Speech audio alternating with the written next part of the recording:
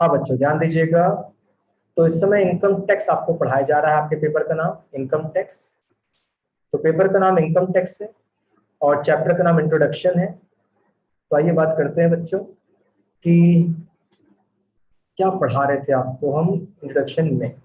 बच्चों क्या हमने आपको टैक्स का इंट्रोडक्शन काफी पहले पढ़ा दिया है? फटाफट बोलते जाओ कि टैक्स का ये वाला पेज हो गया है। ओके, हाँ भाई बच्चे कह रहे हैं जी सर ये हो चुका है, आपने इंट्रोडक्शन पढ़ा दिया। अच्छा भाई, कह रहे हैं पर्सन के आगे टैक्स का पैसा कहाँ खर्चा होता है, हो गया।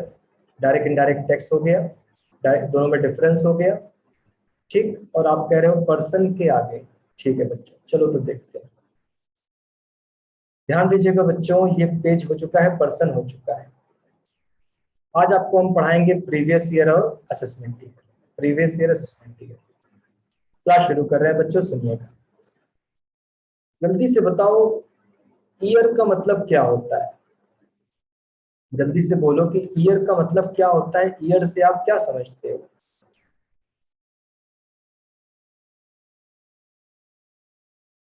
तो हम कह रहे हैं अप्रैल से 31 मार्च। अच्छा भाई 1 जनवरी से।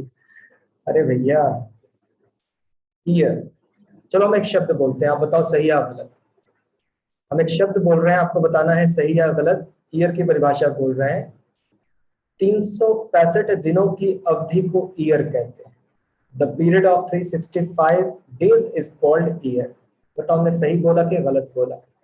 और सारे बच्चे कहते हैं सर आपने बिल्कुल सही बोला कि 365 दिनों को ईयर कहते हैं। नहीं बच्चों, हमने गलत बोला कि 365 दिन को ईयर कहते हैं। आप बताओ 4 साल में एक बार ऐसा होता है कि फरवरी 28 के बजाय 29 की हो जाती है। 4 साल में ऐसा होता है। अब तब उस साल 365 दिन नहीं बल्कि 366 दिन होते हैं। 366 डेज लीप ईयर। तो बच्चों ध्यान दीजिएगा कि 365 दिन भी होते हैं और 4 साल में एक बार 366 दिन भी होते हैं। तो फिर तो वो मेरी परिभाषा गलत हो गई ना कि 365 दिन को ईयर कहते हैं। तो आप कहोगे सर 366 दिन को ईयर नहीं कहते। तो बताओ ये बात समझ आ गई आपको कि क्यों परिभाषा गलत हो गई? तो ईयर किसे कहते हैं उसमें डाउट है, उसमें डाउट है 365 में। लेकिन एक में डाउट नहीं, एक में डाउट नहीं है। Period of 12 month. बोलो बच्चों 12 माह की अवधि को ईयर कहते हैं। बोलो ये वाली परिभाषा सही है? इसको तो काट नहीं सकते हम। हाँ भाई बच्चे कह रहे हैं हाँ सर, इसमें कोई दिक्कत वाली बात है नहीं, इसमें कोई दिक्कत की बात नहीं। तो 12 माह की अवधि को वर्ष कहते हैं। ठीक, चलो आगे चलते हैं। बच्चों 12 माह की अवधि को वर्ष कहते हैं। आप बताओ वर्ष कितने प्रकार के होते हैं, जल्दी बताओ। वर्ष कितने प्रकार के होते हैं, नाम बताओ नाम। बच्चे कह रहे हैं सर 2 प्रकार के, नाम बताओ। वर्ष 2 प्रकार के कौन कौन से? चलो पहला जवाब आया सत्यम का, कैलेंडर। और अंकित और किसने? चलो बिल्कुल सही। तो बच्चे कहते हैं कैलेंडर ईयर और बच्चे कहते हैं फाइनेंशियल ईयर। बिल्कुल सही बात है। तो एक होता है कैलेंडर ईयर, कैलेंडर वर्ष, और एक होता है फाइनेंशियल ईयर, वित्तीय वर्ष। वित्तीय वर्ष। तो वर्ष 2 प्रकार के होते हैं। कैलेंडर वर्ष बहुत पुराना है, हजारों साल पुराना, और फाइनेंशियल ईयर बहुत नया है, बहुत नया। तो कैलेंडर ईयर कहाँ लिख दिया, यहाँ नहीं लिखा था, ये फाइनेंशियल ईयर नया है। तो 2 वर्ष होते हैं बच्चों, एक होता है कैलेंडर ईयर और एक होता है फाइनेंशियल ईयर। चलिए ध्यान दीजिएगा बच्चों, जो कैलेंडर ईयर होता है, कैलेंडर ईयर ये भी 12 महीने का है। और जो फाइनेंशियल ईयर होता है, फाइनेंशियल ईयर वो भी 12 महीने का होता है। तो दोनों 12 महीने के होते हैं। कैलेंडर ईयर 1 जनवरी को शुरू होता है और 31 दिसंबर को खत्म होता है। कैलेंडर ईयर 1 जनवरी को शुरू होता है और 31 दिसंबर को खत्म होता है। फाइनेंशियल ईयर, फाइनेंशियल ईयर 1 अप्रैल को शुरू होता है और 31 मार्च को खत्म होता है। बताइए क्लियर हो गई बात बच्चों आपको कि कैलेंडर ईयर जनवरी में शुरू, दिसंबर में खत्म, और फाइनेंशियल ईयर अप्रैल में शुरू और मार्च में खत्म। हाँ भाई क्लियर हो गई। आपको तो सर ये सब आप बता क्यों रहे, ये सब क्यों बता रहे हो? बच्चों हमारे इनकम टैक्स को कौन से वर्ष से मतलब नहीं है, हमारे इनकम टैक्स को कौन से वर्ष से मतलब नहीं है, बताओ। हाँ, कैलेंडर ईयर से मतलब ही नहीं। तो हमारा इनकम टैक्स कौन से वर्ष को मानता है, लेकर चलता है, अडॉप्ट करता है? Financial year. इसका मतलब इनकम टैक्स वालों का वर्ष हमेशा 1 अप्रैल को शुरू होगा और 31 मार्च को समाप्त होगा। क्लियर बच्चों? इनकम टैक्स वालों का वर्ष हमेशा 1 अप्रैल को शुरू होगा और 31 मार्च को समाप्त होगा। अच्छा चलो अगली बात करते हैं। बच्चों इनकम टैक्स वालों ने दो दो वर्ष बनाए हैं, दो दो वर्ष। एक का नाम है प्रीवियस ईयर, गत वर्ष, और एक का नाम है असेसमेंट ईयर, कर निर्धारण वर्ष। तो इनकम टैक्स वालों ने दो दो वर्ष बनाए, प्रीवियस ईयर, असेसमेंट ईयर। कौन पता लगाए इनकम टैक्स वालों ने दो दो वर्ष क्यों बनाए? चलो जब एक सवाल पूछते हैं बच्चों। आज 6 सितंबर है, 6 सितंबर 2021। एक सवाल पूछते हैं। हमने अभी कचहरी में जाकर एक जमीन बेचा। तो हमने कचहरी में जाकर एक जमीन बेचा, ये जमीन 2 लाख की थी और हमने इसको 5 लाख में बेच दिया। तो बच्चों हमने कितना प्रॉफिट कमाया? हमने एक जमीन आज कचहरी में बेचा, हमने लिया था 2 लाख में, बेच दिया 5 लाख में। हमने कितना प्रॉफिट कमाया? 3 लाख। ठीक है, सवाल अब यहाँ से शुरू होता है असली सवाल कि हमने 3 लाख कमाया। आप बताओ हमने आज 3 लाख कमाया, क्या कुछ देर बाद आयकर अधिकारी आ जाएंगे, हमारे सर पे सवार हो जाएंगे, टैक्स निकालो टैक्स निकालो? बताओ क्या ऐसा होगा कि आयकर अधिकारी चले आएंगे, बोलेंगे टैक्स निकालो टैक्स निकालो? हाँ, क्या वो हमारे सर पे हर टाइम सवार रहते हैं, कमाते जाओ टैक्स भरते जाओ, कमाते जाओ टैक्स भरते जाओ? तो जवाब है नहीं। जवाब है नहीं सर, ऐसा थोड़ी ना होता। आयकर अधिकारी हर आदमी के साथ साथ थोड़ी ना घूमेगा कि कमाते जाओ टैक्स निकालते जाओ। तो बच्चों इनकम टैक्स वालों ने दो दो वर्ष बनाए, इनकम टैक्स वालों ने दो दो वर्ष बनाए। एक है प्रीवियस ईयर, एक है प्रीवियस ईयर, कमाने वाला वर्ष। हम तुम्हें पूरा पूरा 1 साल दे रहे हैं। आयकर अधिकारी बोल रहा है, आयकर अधिनियम बोल रहा है, हम तुम्हें पूरा पूरा 1 साल दे रहे हैं, तुम कमाओ। पूरा पूरा 1 साल दे रहे हैं, कमाओ। और अगले साल तो तुम क्या चुका देना? टैक्स चुका देना। हाँ बच्चों, तो ध्यान दीजिएगा। तो आयकर अधिनियम ने कितने वर्ष बनाए? 2 वर्ष। 1 साल कमाओ, अगले साल चुकाओ। हम तुम्हारे सर पे सवार नहीं है, हम बहुत मौका दे रहे हैं, बहुत मौका। पूरा 1 साल कमाओ और अगले साल आकर टैक्स चुकाओ। तो बताओ बच्चों, कॉन्सेप्ट क्लियर हुआ आपका? 1 साल कमाओ और अगले साल चुकाओ। तो आयकर अधिनियम में कितने वर्ष? आयकर अधिनियम में 2 वर्ष, कमाने वाला वर्ष और टैक्स चुकाने वाला वर्ष। कमाने वाला वर्ष और टैक्स चुकाने वाला वर्ष। कमाने वाले वर्ष का नाम प्रीवियस ईयर। तुम आराम से कमाओ, 12 महीना कमाओ, पूरे साल कमाओ, हम तुम्हें टोकने नहीं आएंगे। तुम आराम से कमा लो, इकट्ठा कर लो और अगले साल आना। जब कमा लेना अगले साल आना, अगले साल माने असेसमेंट ईयर, और यहाँ टैक्स चुका देना।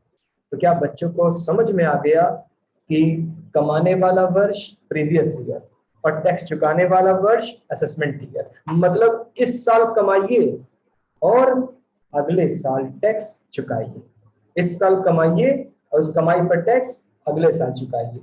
तो क्या बच्चों को ये लॉजिक समझ में आ गया कि इनकम टैक्स ने दो दो वर्ष क्यों बनाए? कमाने वाला वर्ष अलग, टैक्स चुकाने वाला वर्ष अलग। इस साल कमाइए, अगले साल चुकाइए। सर तो अगले साल जो कमाएंगे, जो अगले साल कमाएंगे उस पर एक और साल बाद टैक्स चुकाएंगे। इस साल कमाओ, अगले साल चुकाओ, अगले साल कमाओ, अगले साल चुकाओ, जिस साल कमाओ उसके अगले साल चुकाओ। उम्मीद है आप समझ गए बच्चों कि जिस वर्ष में आय कमाते हैं प्रीवियस ईयर। अब यहां देखना कि प्रीवियस ईयर के बारे में कहा जा रहा है कि जिस वर्ष में आप आय कमाते हो वो क्या है? वो प्रीवियस ईयर। अच्छा, फिर असेसमेंट ईयर, जिस वर्ष में आप टैक्स चुकाते हो वो है असेसमेंट ईयर। जिस वर्ष में आप कमाते हो जिस वर्ष में आप कमाते हो वो प्रीवियस ईयर है, और जिस वर्ष में आप टैक्स चुकाते हो वो असेसमेंट ईयर। चलो, उम्मीद है बच्चे ये बात समझ गए कि कमाने वाला वर्ष प्रीवियस ईयर और टैक्स चुकाने वाला वर्ष असेसमेंट ईयर। आइए आगे चलते हैं बच्चों, एक सवाल पूछते हैं। कमाने वाला वर्ष, चुकाने वाला वर्ष, पहले कौन पढ़ेगा? पहले कौन पढ़ेगा, बाद में कौन पढ़ेगा? तो बताओ पहले कौन पढ़ेगा? बिल्कुल सही, प्रीवियस ईयर पहले पढ़ेगा। विशाल कह रहे हैं चुकाने वाला वर्ष पहले पढ़ेगा। अच्छा भैया, पहले टैक्स चुकाओगे बाद में कमाओगे? कमाल कर दिया विशाल आपने, गजब की बात करते हो। तो कमाने वाला वर्ष पहले पड़ेगा और 1 साल बाद टैक्स चुकाने वाला वर्ष आएगा। ठीक, चलो अगली बात करते हैं बच्चों। अगली बात, बच्चों आप बताओ, अब बताओ असेसमेंट ईयर का क्या मतलब हम बताएं? इनकम को कमाने वाला वर्ष कि टैक्स चुकाने वाला वर्ष, क्या मतलब हुआ असेसमेंट ईयर का? कमाने वाला वर्ष कि टैक्स चुकाने वाला वर्ष, क्या बोला हमने असेसमेंट ईयर के बारे में? और बच्चे कहते हैं सर कर चुकाने वाला वर्ष होता है असेसमेंट ईयर। कर चुकाने वाला वर्ष, बताओ बच्चों ये कितने माह का होता है? जल्दी बोलो कि कर चुकाने वाला वर्ष कितने माह का होता है, कितने मंथ्स का होता है? और बच्चे कहते हैं सर ये 12 माह का होता है, ये 12 माह का होता है। अगला सवाल बच्चों, क्या ये 12 माह से कम का हो सकता है? टैक्स चुकाने वाला वर्ष क्या 12 माह से कम का हो सकता है? बोलो बच्चों। और बच्चे कहते हैं सर टैक्स चुकाने वाला वर्ष 12 माह से कम का, जल्दी बोलो। हाँ, जवाब आ गया सर नहीं, सही बोला आपने कि सर टैक्स चुकाने वाला वर्ष असेसमेंट ईयर 12 माह का होता है, 12 माह से कम का तो सवाल ही नहीं होता। तो असेसमेंट ईयर कम नहीं हो सकता, 12 महीने का ही होता है। अच्छा भाई, अगली बात, प्रीवियस ईयर। बच्चों प्रीवियस ईयर कितने महीने का होता है? प्रीवियस ईयर कितने महीने का होता है? बोलो। तो बच्चे कह रहे हैं सर ईयर का मतलब ही 12 महीना होता है, तो 12 माह का होता है। सही बात है कि असेसमेंट ईयर 12 महीने का होता है, तो प्रीवियस ईयर भी 12 महीने का होता है। हाँ सही बात है। बच्चों क्या प्रीवियस ईयर 12 महीने से कम का हो सकता है? बताओ, क्या प्रीवियस ईयर 12 महीने से कम का हो सकता है? चलो, सत्यम कह रहे हैं हाँ, अदिति कह रही है ना, मैक्सिमम बच्चे कह रहे हैं ना, कुछ बच्चे कह रहे हैं हाँ। तो जवाब है हाँ, जवाब है हाँ, प्रीवियस ईयर 12 माह से कम का हो सकता है। आपको बस वो कैसे, प्रीवियस ईयर 12 माह से कम का कैसे हो सकता है? तो हमको ये बताओ, प्रीवियस ईयर माने क्या? कमाने वाला वर्ष के चुकाने वाला वर्ष। प्रीवियस ईयर माने क्या? कमाने वाला वर्ष के चुकाने वाला वर्ष। चलो बच्चे कह रहे हैं प्रीवियस ईयर माने कमाने वाला वर्ष, कमाने वाला वर्ष। तो आप बताओ बच्चों, क्या जरूरी है कि कोई आदमी 12 महीना कमाए? क्या जरूरी है कोई आदमी 12 महीना कमाए? क्या उसकी कमाई कम नहीं हो सकती? बोलिए, समझ बात आ रही है कि नहीं? भाई नॉर्मली नॉर्मली लोग 12 महीना कमाते हैं, लेकिन जरूरी है कि हर आदमी 12 महीना कमाई जा रहा हो? क्या वो कम नहीं कमा सकता? तो बताओ, कुछ समझ में बात आई कि प्रीवियस ईयर 12 माह से कम का कैसे हो सकता है? अरे कुछ लोग 12 महीना कमाते हैं, उनका तो 12 महीने का है, लेकिन कुछ लोग तो 10 ही महीना कमाए हैं, तो उनका कैसे 12 महीने का हो जाएगा? कुछ लोग तो 3 ही महीना कमाए हैं, तो उनका कहां से 12 महीने का हो जाएगा? तो प्रीवियस ईयर 12 माह का हो भी सकता है और 12 माह से कम का भी हो सकता है। अब आपको बोलना चाहिए सर प्रूव करिए। नहीं नहीं सत्यम, ऐसी बिल्कुल बात नहीं। सत्यम कह रहे थे तब तो असेसमेंट ईयर भी 12 माह से कम का हो सकता है? बिल्कुल नहीं, अभी कुछ देर बाद हम बताएंगे, आप बोलोगे नहीं हो सकता। असेसमेंट ईयर आपको टैक्स चुकाने का पूरा पूरा 12 महीना मिलता है। सत्यम बोल रहे हैं कि अगर ये 12 माह से कम का हो सकता है तो असेसमेंट ईयर भी 12 माह से कम का हो सकता है। बिल्कुल नहीं, कर चुकाने वाला वर्ष आपको 12 माह की मोहलत मिलती है, मोहलत, 12 माह से कम की मोहलत नहीं मिलती। तो असेसमेंट ईयर 12 माह से कम का क्यों नहीं हो सकता? क्योंकि आपको टैक्स चुकाने की मोहलत पूरे 12 माह मिलती है, 12 माह से कम की नहीं मिलती। लेकिन कमाने वाला वर्ष कुछ लोग 12 महीना कमाते हैं और कुछ लोग 12 महीने से कम कमाते हैं। और प्रूव करते हैं कैसे? सर कैसे कोई 12 माह से कम कमा सकता है? आप बताओ बच्चों, आप बताओ। एक आदमी की नई नौकरी लगी, एक आदमी की नई नौकरी लगी। आप बताओ, अगर नौकरी कुछ बीच में लगी हो, कुछ बीच में, जुलाई में, अगस्त में, सितंबर में, अक्टूबर में, तो बताओ क्या वर्ष पूरा हो पाएगा? मेरी नौकरी लगी, नई नौकरी लगी और थोड़ा बीच में लगी, अगस्त में लगी, सितंबर में लगी, अक्टूबर में लगी, नवंबर में लगी, तो बताओ क्या ये 12 महीना कंप्लीट हो पाएगा इसका? नहीं। तो बताओ हुआ ना एक दिन कम, मतलब हुआ ना 12 माह से कम। तो मेरी नई नौकरी लगी तो जो है मेरा, मैं 12 महीना नहीं कमा पाया। अच्छा, कभी कभी बच्चों कुछ लोग नया बिजनेस चालू करते हैं। मैंने नई दुकान खोली, नया बिजनेस चालू किया, लेकिन आपने बिजनेस जो है अगस्त में, सितंबर में, अक्टूबर में, नवंबर में, दिसंबर में, जनवरी में थोड़ा लेट शुरू किया। तो अगर आप बिजनेस थोड़ा लेट शुरू किए तो क्या 12 महीना कमा लोगे इस साल? क्या इस साल आप 12 महीना कमा लोगे? नहीं कमा पाओगे। तो नई नौकरी पकड़े हो, बीचों बीच पकड़े हो तो 12 महीना नहीं कमा पाए। नया बिजनेस चालू किए हो, लेट चालू किए हो, 12 महीना नहीं कमा पाए। चलो बात समझ गए। कोई नई नौकरी बीच में पकड़ता है तो 12 महीना कंप्लीट नहीं हुआ तो आपके कमाने वाला वर्ष 12 महीने से कम हो गया। नया बिजनेस चालू किया तो आप 12 महीने नहीं कमा पाए, बीच में चालू किए थे तो 12 महीना कंप्लीट नहीं हुआ। बच्चों आप बताओ, ये मार्च 2020 में कोविड फैला था, मतलब लॉकडाउन वगैरह लगा था, बोलो याद है कि नहीं आपको कि मार्च 2020 में लॉकडाउन वगैरह लग गया था? आप बताओ बच्चों, बहुत लोग की नौकरी चली गई कि नहीं? बोलो, बहुत लोग की नौकरी चली गई कि नहीं? हाँ। तो कुछ लोग ऐसे भी होंगे कि शुरू में तो कमाए लेकिन नौकरी से निकाल दिया गया तो 12 महीना नहीं कमा पाए। बोलो बात समझ आई कि नहीं आपको? तो कुछ लोग ऐसे थे, अच्छी भली नौकरी चल रही थी लेकिन लॉकडाउन में नौकरी चली गई तो बेचारे वो भी अपना 12 महीना कंप्लीट नहीं कर पाए इस वर्ष का। तो बोलो ये भी क्लियर हो गया बात, अगर आपकी नौकरी चली जाती है, 12 महीना नहीं रहती, तो भी आपका प्रीवियस ईयर छोटा हो जाता है। और बच्चों, क्या ऐसा हो सकता है कि वर्ष के दौरान कोई मर जाए? नौकरी कर रहे हैं मर गए, व्यापार कर रहे हैं मर गए, अरे मर गए तो 12 महीना कंप्लीट कहाँ हुआ? नौकरी के दौरान मर गए, बिजनेस के दौरान मर गए, मर गए तो 12 महीना कंप्लीट कहाँ हुआ? तो भी आप 12 महीना नहीं कमा पाए। तो क्या इतना प्रूव करना पर्याप्त है कि जरूरी नहीं है कि आप 12 महीना कमाओ? वैसे लोग 12 महीना कमाते हैं लेकिन जरूरी नहीं कि आप 12 महीना कमाओ। नई नौकरी लगी, 12 महीना कंप्लीट नहीं कर पाए, नया बिजनेस किया, 12 महीना कंप्लीट नहीं कर पाए, नौकरी से निकाल दिए गए, 12 महीना कंप्लीट नहीं कर पाए, बिजनेस बंद हो गया, 12 महीने कंप्लीट नहीं कर पाए, आप मर गए, 12 महीने कंप्लीट नहीं कर पाए, तो कहां 12 महीना कमा पाए? तो आपका प्रीवियस ईयर छोटा हो सकता है। तो प्रीवियस ईयर 12 महीने का भी हो सकता है अगर आप नॉर्मली काम कर रहे हो, छोटा हो सकता है, बता दिया। बच्चों प्रीवियस ईयर तो एक दिन का हो सकता है, कितना? एक दिन का भी हो सकता है। साल के आखिरी दिन नौकरी पकड़ी, एक दिन। साल के आखिरी दिन बिजनेस चालू किया, एक दिन। समझ रहे हो कि नहीं कि प्रीवियस ईयर क्या हो सकता है? एक दिन का भी हो सकता है। तो 12 महीने का हो सकता है, 12 महीने से कम का भी हो सकता है, और एक दिन का भी हो सकता है। चलो आगे चलते हैं, क्या किसी को यहाँ तक कोई क्वेश्चन है?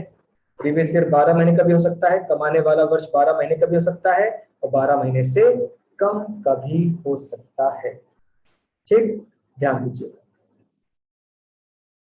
तो यहाँ देखते हैं क्या बच गया कि सर क्या ये इंपॉर्टेंट है? हाँ बच्चों, ये 2 मार्क्स में इंपॉर्टेंट है, प्रीवियस ईयर भी और असेसमेंट ईयर भी। अगली बात, सर प्रीवियस ईयर कब शुरू कब खत्म? बच्चों प्रीवियस ईयर वो शुरू होता है 1 अप्रैल 20 को और खत्म हो चुका है 31 मार्च 21 को, खत्म हो चुका है। तो बताओ बच्चों, ये बात क्लियर हो गई कि 1 अप्रैल 20 को शुरू होता है और 31 मार्च 21 को खत्म हो चुका है। तो प्रीवियस ईयर याद हो गया, आगे पूछेंगे याद रहेगा? सर 1 अप्रैल 20 को शुरू हुआ था और सर 31 मार्च 21 को समाप्त हो चुका है। क्या प्रीवियस ईयर एकदम क्लियर है बच्चों? हम आगे चलें, अगली बात बताएं आपको। बताओ बच्चों, अगली बात बताएं। कमाने वाला वर्ष प्रीवियस ईयर, और प्रीवियस ईयर क्या चल रहा है? 2021। 2021 कब शुरू हुआ? 20 में, और कब खत्म हुआ? 21 में। बच्चे कह रहे हैं क्लियर है। असेसमेंट ईयर, असेसमेंट ईयर पर आते हैं, ध्यान दीजिए। टैक्स चुकाने वाला वर्ष असेसमेंट ईयर, ये हमेशा 12 महीने का रहता है। क्यों? आपको टैक्स चुकाने की मोहलत हमेशा 12 माह मिलती है, कम नहीं मिलती। कम कैसे हो जाएगा? तो टैक्स चुकाने वाला वर्ष असेसमेंट ईयर। सर ये क्या चल रहा है?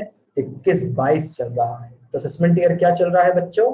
21-22 चल रहा है। जो कब शुरू हुआ था? 1 अप्रैल 21 को शुरू हुआ। जो खत्म हो जाएगा कब? जी 31 मार्च को खत्म हो जाएगा, हुआ नहीं है, खत्म हो जाएगा। तो अभी चल रहा है, 1 अप्रैल 21 को शुरू हुआ था और 31 मार्च 22 को खत्म हो जाएगा। बताओ बच्चों कि आपको प्रीवियस ईयर और असेसमेंट ईयर समझ में आ गया। आयकर विभाग आपके सर पे सवार नहीं है। इस साल कमाओ, अगले साल चुकाओ, और जिस साल कमाओ, बोलो बोलो, जिस साल कमाओ कौन सा ईयर? जिस साल कमाओ कौन सा ईयर? जी हाँ, इस साल कमाओ, अगले साल चुकाओ। कमाने वाला वर्ष प्रीवियस ईयर, बिल्कुल सही, कमाने वाला वर्ष प्रीवियस ईयर। और टैक्स चुकाने वाला वर्ष, और टैक्स चुकाने वाला वर्ष अगले साल चुकाओ। जी हाँ बिल्कुल, असेसमेंट ईयर, असेसमेंट ईयर। तो आगे से हम लोग शॉर्टकट में बोलेंगे previous year P Y, assessment year A Y. ठीक, और याद रखना कि प्रीवियस ईयर 2021 है हमारा और असेसमेंट ईयर 21-22 है हमारा। तो एग्जाम में ये 2 नंबर में इंपॉर्टेंट है, प्रीवियस ईयर, असेसमेंट ईयर। अच्छा, अगली बात, फाइनली आप समझ गए क्या चीज कि भाई प्रीवियस ईयर और असेसमेंट ईयर कब शुरू और कब खत्म होते हैं। अच्छा बच्चों ध्यान देना, फाइनली फिर से एक बार रिवाइज रिवाइज करा दें कि टैक्स चुकाने वाला वर्ष क्या है? असेसमेंट ईयर, टैक्स चुकाने वाला वर्ष। इस 12 महीने में आप टैक्स चुका सकते हैं। मगर बच्चों आप बताओ, हर चीज की लास्ट डेट होती है, तो बताओ टैक्स चुकाने की भी तो लास्ट डेट होगी। बोलो कि अगर हर चीज की लास्ट डेट होती है तो टैक्स चुकाने की भी तो लास्ट डेट होगी। बच्चे कह रहे हैं जी सर, टैक्स चुकाने की भी लास्ट डेट होगी। तो आप पता लगाएं बच्चों कि हम लोग बोलते हैं लास्ट डेट, लेकिन इनकम टैक्स क्या कहता है? Due date. कि टैक्स चुकाने की लास्ट डेट क्या है? ध्यान दीजिएगा, टैक्स चुकाने की लास्ट डेट क्या है? बच्चों पर्सन बराबर 7 लोग, बोलो पर्सन बराबर 7 लोग, और हम लोग कौन? हम लोग कौन? इंडिविजुअल। जी हाँ, इंडिविजुअल। अच्छा, अगली बात सुनना, तो टैक्स कब चुकाते हैं? असेसमेंट ईयर में। लास्ट डेट क्या है? 31 जुलाई। तो क्या बच्चों को बात समझ में आ गई कि लास्ट डेट क्या है? 31 जुलाई। तो अब आप बताओ बच्चों, अगर लास्ट डेट 31 जुलाई है, अगर लास्ट डेट के बाद जमा करोगे तो पनिशमेंट मिलेगी कि नहीं? बोलो, अगर आप लास्ट डेट के बाद जमा करोगे तो पनिशमेंट मिलेगी कि नहीं? जी हाँ बिल्कुल मिलेगी। तो इनकम टैक्स जमा करने की लास्ट डेट क्या है बच्चों? 31 जुलाई। अच्छा, इनकम टैक्स जमा करने की लास्ट डेट 30 सितंबर है। सर ये क्या है, टैक्स जमा करने की दो दो डेट आप बता रहे हैं बच्चों? ध्यान दीजिएगा कि इनकम टैक्स जमा करने की दो दो डेट्स क्यों हैं वो बताने जा रहे हैं। देखो बच्चों, एक होते हैं छोटी कमाई वाले लोग, छोटी कमाई वाले, और एक होते हैं बड़ी कमाई वाले लोग। बोलो ये बात समझ में आ रही है आपको? एक होते हैं छोटी कमाई वाले लोग और एक होते हैं बड़ी कमाई वाले लोग। छोटी कमाई वाले लोग, इनके लिए कोई रूल नहीं है, इनके लिए कोई रूल नहीं है। लेकिन बड़ी कमाई वाले लोग, इनके लिए रूल्स हैं। आपको बुक्स ऑफ अकाउंट्स बनाना होगा, आपको चार्टर्ड अकाउंटेंट से जचवाना होगा। तो बताओ बच्चों, बड़ी कमाई वालों के साथ क्या प्रॉब्लम समझ में आई? कि बड़ी कमाई वालों, खाता बही बनाओ, सीए से जचवाओ, बुक्स ऑफ अकाउंट्स बनाओ, सीए से जचवाओ। तो छोटी कमाई वालों के लिए कोई रूल नहीं है, no books of accounts, no CA से ऑडिट। लेकिन बड़ी कमाई वालों के लिए रूल है कि भाई तुम लोग इतना इतना पैसा कमाते हो, तुम सीए के पास जाओ, खाता बही जचवाओ। तो आप बताओ बच्चों कि छोटी कमाई और बड़ी कमाई वाले, किसको ज्यादा टाइम लगेगा ये सब कार्यवाही करने में? आप बताओ, ये सब कार्यवाही करने में किसको ज्यादा टाइम लगेगा, छोटी कमाई वालों को कि बड़ी कमाई वालों को? बड़ी कमाई वालों को, बिल्कुल। उनको खाता बही बनाना है, टाइम लगेगा। उनको सीए के पास जाकर चेक करवाना है, ऑडिट करवाना है, उनको टाइम लगेगा। तो जिसको कोई काम ही नहीं है उसको समय कम दिया, 31 जुलाई तक जमा कर दो। लेकिन जिसके पास काम है उसको टाइम बढ़ा दिया, तुम 30 सितंबर में जमा करना। तो बताओ बच्चों, कॉन्सेप्ट क्लियर हो गया आपका? जल्दी बताओ कि जिनकी छोटी कमाई है उनको क्या कहा गया, आपका लास्ट डेट 31 जुलाई। और जिनकी बड़ी कमाई है लेकिन तुमको तो खाता बही बनवाना है, सीए से जचवाना है, तुमको क्या कहा गया कि उनको डेट दी गई 30 सितंबर। क्या कॉन्सेप्ट क्लियर है बच्चों? लास्ट डेट क्लियर है आपको? बोलो। जी हाँ।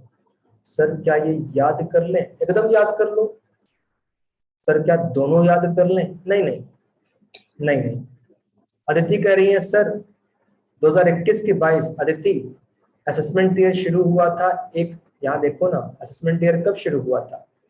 असेसमेंट ईयर शुरू हुआ था 1 अप्रैल 21। तो ये 2021 की बात हो रही है ना, ये सब 2021 की बात हो रही है। बोलो अदिति क्लियर हुआ आपका कि 2021 की बात हो रही है, 22 की थोड़ी ना बात हो रही है।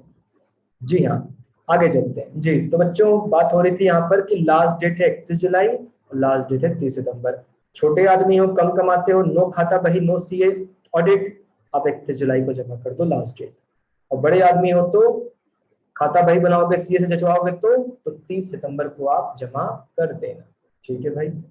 अगली बात, अगली बात सर क्या दोनों याद कर ले? नहीं बच्चों आप बताओ। हम कह रहे दोनों याद मत करना, एक याद कर लो एक याद मत करो। आप बताओ आपको, आप छोटे बच्चों को कैसे सवाल सिखाए जाएंगे? छोटी कमाई वाले सवाल कि अरबों खरबों के करोड़ों के सवाल? आप बताओ आपको कैसी कमाई वाले सवाल सिखाए जाएंगे?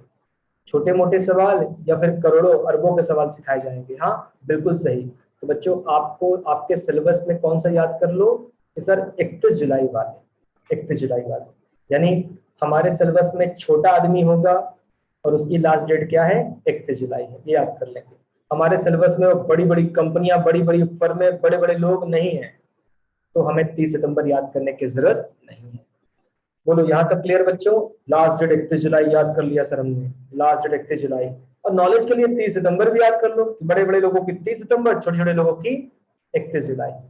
छोटे लोग माने no books of accounts no audit, और बड़े लोग माने yes books of accounts and audit.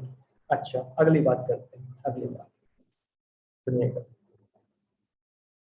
आप बताओ बच्चों, कोविड का दौर चल रहा है ना, बोलो कोरोना का दौर चल रहा है ना।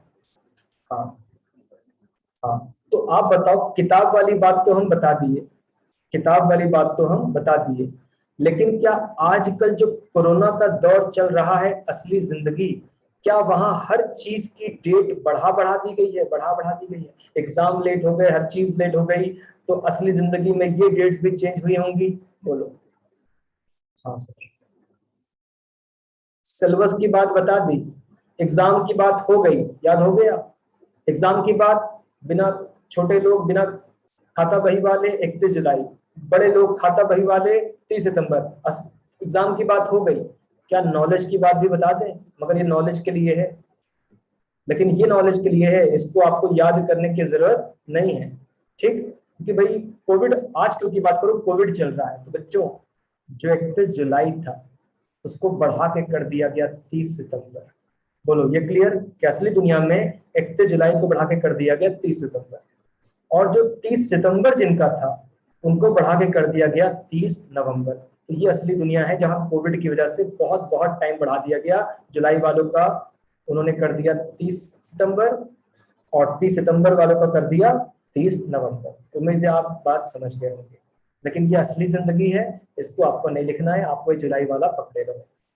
यहाँ पे हमारे किताब के हिसाब से 31 जुलाई लास्ट डेट है और कुछ लोगों की 30 सितंबर है, लेकिन नॉलेज पर्पज, हाँ भाई जुलाई वालों का बढ़ के हो गया है 30 सितंबर और सितंबर वालों का बढ़ के हो गया है 30 नवंबर। चलो बच्चों आगे चलते हैं। यहां तक आपके मन में है कोई सवाल तो फटाफट पूछ लो।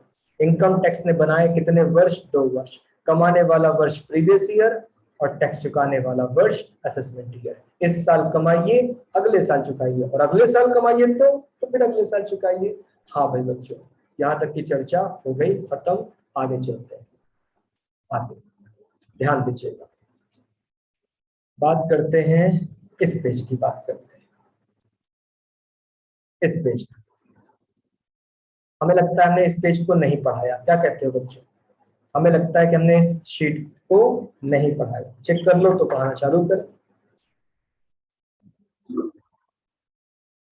ठीक है, सुनिएगा बच्चों, सुनिएगा। आपके पेपर का नाम क्या है? आयकर, इनकम टैक्स। तो आपके पेपर का नाम है आयकर, इनकम टैक्स। इनकम टैक्स एक ऐसा सब्जेक्ट जो बहुत आसान है समझना।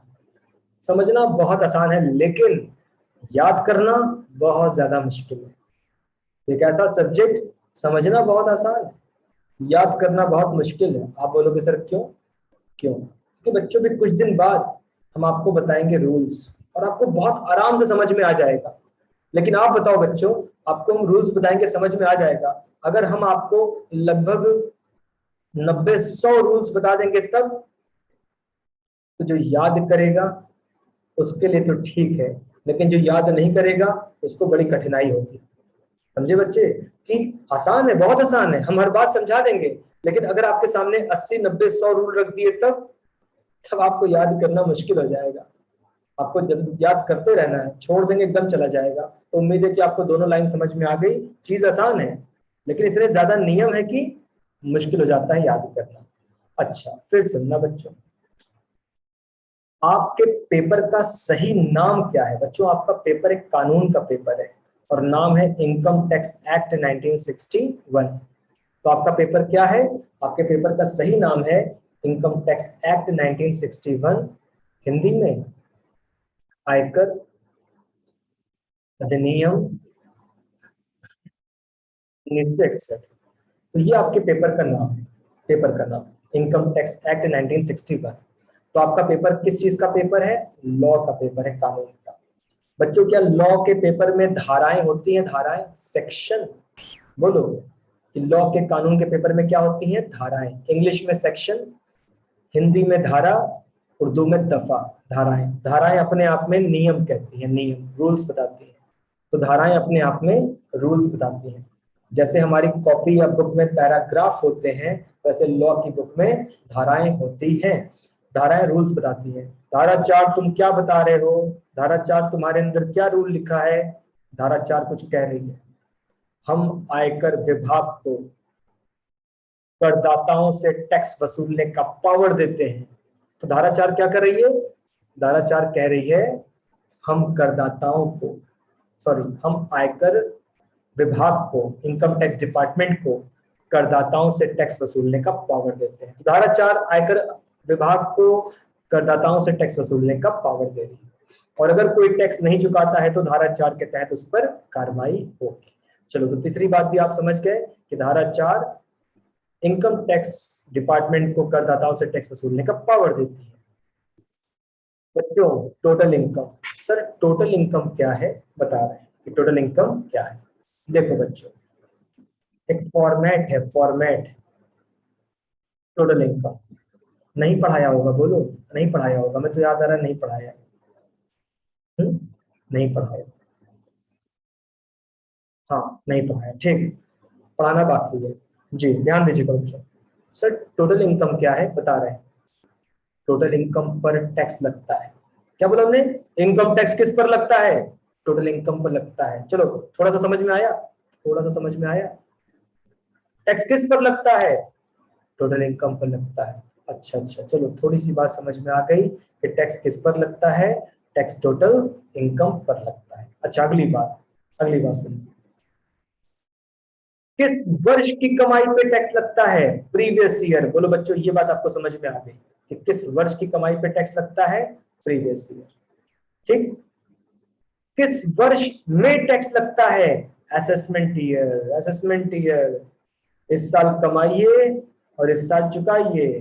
तो प्रीवियस ईयर की कमाई पर टैक्स लगता है, असेसमेंट ईयर में टैक्स लगता है। तो बताओ बच्चों, ये सब वर्ड समझ में आ रहे हैं आपको? बोलो बोलो बोलो।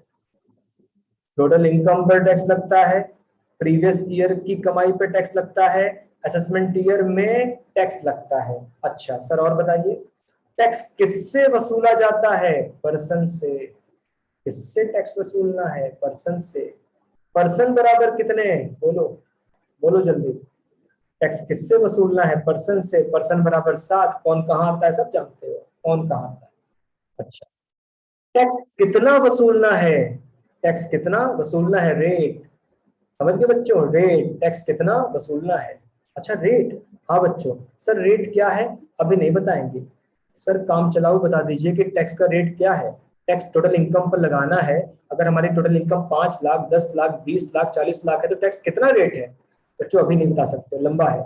काम चलाओ, कम से कम 5% टैक्स है, अधिकतम 30% टैक्स है।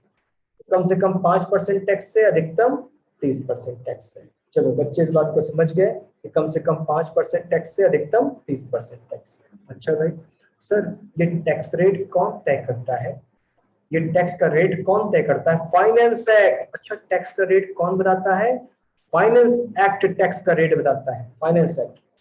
फाइनेंस एक्ट क्या पढ़ा हमने, किस पर टैक्स लगता है, टोटल इनकम पर टैक्स लगता है, किससे टैक्स वसूलोगे, पर्सन से टैक्स वसूलोगे, किस वर्ष की इनकम पर टैक्स लगता है, प्रीवियस ईयर की इनकम पर टैक्स लगता है, किस वर्ष में टैक्स लगता है, असेसमेंट ईयर में टैक्स लगता है, टैक्स कितना लगता है, रेट क्या है जी, रेट, रेट कम से कम 5%, अधिकतम 30%। टैक्स का रेट कौन बताता है, फाइनेंस एक्ट बताता है। सर ये फाइनेंस एक्ट क्या है बच्चों, क्या आप बजट जानते हो, बजट, केंद्र सरकार का मंत्री, फाइनेंस मिनिस्टर बजट पेश करता है। हाँ सब जानते हैं कि केंद्र सरकार का मंत्री बजट पेश करता है। बच्चों बजट एक साल में कितनी बार पेश होता है, 2 बार, 4 बार, 6 बार, 8 बार, 10 बार, बजट एक साल में कितनी बार पेश होता है, और बिल्कुल सही, एक बार। बजट एक साल में एक बार पेश होता है। सर कब पेश होता है, 1 फरवरी को, पिछला 1 फरवरी को हुआ था पेश, अगला 1 फरवरी को होगा पेश। 1 फरवरी को बजट पेश होता है। सर बजट में क्या होता है, बजट में फ्यूचर की बातें होती है। फ्यूचर, हाँ, अगले साल, आने वाले साल, आने वाले साल पैसा कहां कहां से आएगा और सरकार के पास पैसा कहां कहां को जाएगा। आने वाले साल पैसा कहां पर कहां कहां से आएगा और कहां कहां पर जाएगा, कहां कहां पर खर्चा होगा, ये सब बातें बजट होती है। तो बच्चों एक होता है बजट जो फाइनेंस मिनिस्टर पेश करते हैं। अगर मान लो ये है बजट, ये है बजट, तो हमें पूरे बजट से कोई मतलब नहीं, हमें बजट के सिर्फ एक हिस्से से मतलब है। तो हमें बजट के एक हिस्से से मतलब है और इस हिस्से का नाम है एफ ए। हाँ, एफ ए, फाइनेंस एक्ट। बच्चों हमें बजट के सिर्फ एक हिस्से से मतलब है जिसका नाम है फाइनेंस एक्ट। सर आसान नाम नहीं है, इनकम टैक्स। आसान नाम क्या है, इनकम टैक्स। तो बोलो बच्चों समझ आया कि इनकम टैक्स बजट का एक हिस्सा है, बजट का एक हिस्सा है फाइनेंस एक्ट। फाइनेंस एक्ट का नाम बदलो इनकम टैक्स, तो हमें पूरा बजट पढ़ना नहीं है, हमें तो एक हिस्सा पढ़ना है जिसका नाम है इनकम टैक्स, मेरे आपके शब्दों में, और किताबी भाषा में फाइनेंस एक्ट। तो आप समझ गए होंगे शिवम, मतलब कि इनकम टैक्स और फाइनेंस एक्ट सेम है। Yes yes yes, finance act के अंदर ही तो इनकम टैक्स है। जी हाँ, कह सकते हैं सेम, कि हमें सिर्फ फाइनेंस एक्ट से मतलब है, हमें तो सिर्फ इनकम टैक्स से मतलब है, दोनों सेम ही है। फाइनेंस एक्ट के अंदर ही इनकम टैक्स मिलेगा आपको। अच्छा भाई, समझ गए बात। और अगली लाइन, अगली लाइन कुछ नहीं बचा, सारी बातें हो गई, सारी बातें हो गई। तो उम्मीद है बच्चों आपको ये पेज क्लियर हो गया होगा। हाँ बच्चों जल्दी बोलो कि क्या प्रीवियस ईयर, असेसमेंट ईयर और साथ में इस पेज की बातें आपको समझ में आ चुकी हैं। बोलो बोलो बोलो। बच्चे कह रहे हैं हाँ सर समझ में आ गया। ठीक है, ठीक है बच्चों, शिवांश कह रहे हैं बहुत अच्छे समझ में आ गया। अच्छा भाई, तो हमारे पेपर, एक लॉ का पेपर है जिसका नाम है इनकम टैक्स एक्ट 1961। बच्चों ये लॉ का पेपर, ये लॉ का पेपर, भारत में आयकर कानून का जन्म कब हुआ, जो कानून आप पढ़ रहे हो, जो कानून आप पढ़ रहे हो का जन्म कब हुआ, 1961। तो जो कानून की किताब आप पढ़ रहे हो उसका जन्म हुआ 1961, और वो पूरे भारत में लागू हुआ 1962 में। तो आयकर कानून 1961 में जन्म हुआ और 1962 में लागू हो गया। बच्चों क्या बजट हर साल आता है, क्या इनकम टैक्स हर साल बदलता है, क्या बोला हमने, यही बोला था ना कि बजट हर साल आता है, बजट हर साल बदलता है। जी हाँ। सर क्यों, सर क्यों बजट हर साल क्यों आता है, इनकम टैक्स हर साल क्यों बदलता है। बच्चों ये है वजह, चेंज इन इकोनॉमी। आप बताओ बच्चों, आज आपके पास 10 रुपया है और 10 रुपए की एक वैल्यू है। आज आपके पास 10 रुपया है, 10 रुपए की एक वैल्यू है कि 10 रुपए में आप चिप्स ले सकते हो, 10 रुपए में आप बिस्किट ले सकते हो, कोल्ड ड्रिंक ले सकते हो। आप बताओ जो 10 रुपया आपके पास है, आज से 6 साल बाद भी आपके पास वही 10 रुपया है, क्या उसकी बाजार में वैल्यू सेम रहेगी? अभी भी 10 रुपया है, 6 साल बाद भी 10 रुपया है, क्या जो वैल्यू अभी उसकी है क्या वैल्यू वही रहेगी? बच्चों उसकी वैल्यू गिर जाएगी, उसकी वैल्यू कम हो जाएगी। कि आज तुम 10 रुपए का चिप्स ले लेते हो, आने वाले 6 साल बाद चिप्स 14 रुपए 12 रुपए का हो जाएगा, तो तुम्हारे 10 रुपए की वैल्यू गिर जाएगी। हम एक लाइन बोलते हैं, बताओ सही बोल रहे हैं कि नहीं? Value of money is decreasing time to time. Value of money is decreasing time to time. मुद्रा की कीमत समय के साथ साथ गिरती चली जा रही है। बच्चे कह रहे हैं हाँ सर, महंगाई बढ़ती जा रही है, मुद्रा की कीमत समय के साथ गिरती चली जा रही है। तो बच्चों इकोनॉमी में परिवर्तन आते रहते हैं, अर्थव्यवस्था में परिवर्तन आते रहते हैं, और इस परिवर्तन को मैनेज करने के लिए हर साल बजट लाना पड़ता है। ठीक, तो बजट हर साल क्यों आता है बच्चों? कि value of money is decreasing time to time. Economy में हर साल परिवर्तन हो रहे हैं, मुद्रा की कीमत हर साल गिरती जा रही है, सबको एडजस्ट करने के लिए, मेंटेन करने के लिए हर साल बजट लाना पड़ता है। तो सबसे बड़ी वजह यही थी, इकोनॉमी में परिवर्तन की वजह से, value of money is decreasing time to time की वजह से लाने पड़ते हैं हर साल बजट, परिवर्तन करना पड़ता है। और एक छोटी वजह है, छोटी, सरकार का बदल जाना, वित्त मंत्री का बदल जाना। बच्चों 2014 तक कौन सी सरकार थी? कांग्रेस गवर्नमेंट, यूपीए गवर्नमेंट, ठीक ही नहीं? कांग्रेस गवर्नमेंट, यूपीए गवर्नमेंट, उन्होंने 2004 से राज करना चालू किया था और 2014 तक राज किया। मनमोहन सिंह प्राइम मिनिस्टर थे। तो फिर 2014 से सरकार बदल गई, मोदी सरकार आई, भाजपा सरकार आई, एनडीए सरकार आई, ठीक। और अभी तक वो एक कार्यकाल पूरा कर ली है 2019 में, और अगला कार्यकाल 2024 में पूरा करेगी। तो बच्चों सरकारें बदल जाती हैं, सरकार के अंदर वित्त मंत्री बदल जाते हैं। वित्त मंत्री, कभी वित्त मंत्री अरुण जेटली, कभी वित्त मंत्री कौन थे? पीयूष गोयल, चार्टर्ड अकाउंटेंट, और आजकल वित्त मंत्री कौन है? हमारी निर्मला सीतारमण। बच्चों सरकारें बदलती हैं, वित्त मंत्री बदलते हैं। आप बताओ क्या हर आदमी की सोच एक जैसी होती है? क्या सबकी सोच एक जैसी है? या नया आदमी नई सोच तो अपने हिसाब से बजट बनाएगा, नया आदमी नई सोच अपने हिसाब से बजट बनाएगा? तो बच्चे कह रहे हैं हाँ सर सही बात है कि नया आदमी नई सोच अपने हिसाब से बजट बनाएगा। तो क्यों बजट बदल रहा है? बाजार में परिवर्तन हो रहे हैं, अर्थव्यवस्था में परिवर्तन हो रहे हैं, तो बजट बदलना पड़ रहा है, इनकम टैक्स बदलना पड़ रहा है, सरकारें बदलती रहती हैं, सरकार के वित्त मंत्री बदलते रहते हैं, तो इस कारण भी बजट को बदलना पड़ता है। चलो भाई बच्चों आगे चलते हैं। भारत का पहला बजट, भारत का पहला बजट कब? 1947। किसने? आर के शनमुखम चेट्टी ने पेश किया था, तत्कालीन उस समय के फाइनेंस मिनिस्टर। तो भारत का पहला बजट आर के शनमुखम चेट्टी ने पेश किया था। और अभी जो ये वाला बजट आया था, सत्यम पूछ रहे हैं सर पीयूष गोयल किस ईयर्स में हुए थे? सत्यम शायद 18 के आसपास हुए हो या 19 के आसपास हुए हो, क्योंकि हुआ क्या था, अरुण जेटली जी को ना किडनी में प्रॉब्लम हो गई थी, बेचारे उनकी डेथ भी हो गई, तो तब पीयूष गोयल को बनाया गया था। बाद में निर्मला सीतारमण को ले आए थे, आप चेक कर लेना, हमें एग्जैक्ट वर्ष नहीं याद है। तो अरुण जेटली जी बीमार पड़ गए थे बहुत ज्यादा, तो उन्होंने इस्तीफा दे दिया, बाद में बेचारे की डेथ भी हो गई। ठीक है चलिए बच्चों, तो इस पेज पर भी सारी बातें क्लियर हो गई हैं आपको। अब क्या पढ़ाना है बच्चों? अब देखा जाए तो प्रीवियस असेसमेंट हो गया, अब मेरा कल का टारगेट होगा टोटल इनकम पढ़ाना। और अगर समय बच गया बच्चों तो करदाता यानी कि एसएससी पढ़ाना। तो कल का हम 2 टारगेट रखते हैं, टोटल इनकम और एसएससी को पढ़ाना। और इतना पढ़ाने के बाद जी फिर चीजें लगभग खत्म पर है, तो छोटी मोटी बातें ना भी पढ़ाओ तो चलेगा।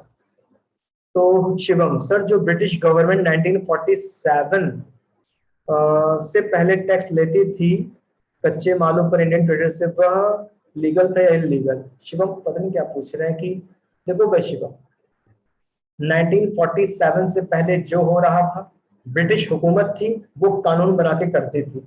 अब 1947 से इंडिपेंडेंस के बाद, पोस्ट इंडिपेंडेंस के बाद अब भारत का संविधान बना। अब उसमें जो लिखा है वो लीगल है, उसके अलावा सब इलीगल है। तो जब जब इसके पहले जब ब्रिटिश गवर्नमेंट थी तो वो जो भी कर रही थी तो भाई उनके अपने कानून थे, हमें उनको मानना था, हम उनके गुलाम थे, तो अपने हिसाब से वो लीगल था। लेकिन जब से भारत आजाद हो गया तो केवल वही चीज लीगल है जो हमारे कॉन्स्टिट्यूशन, हमारे संविधान में लिखा है। तो बच्चों आज की क्लास हम एंड करना चाहेंगे और चलिए मिलते हैं कल वाली क्लास में, कल चर्चा को आगे बढ़ाते हैं। थैंक यू बच्चों।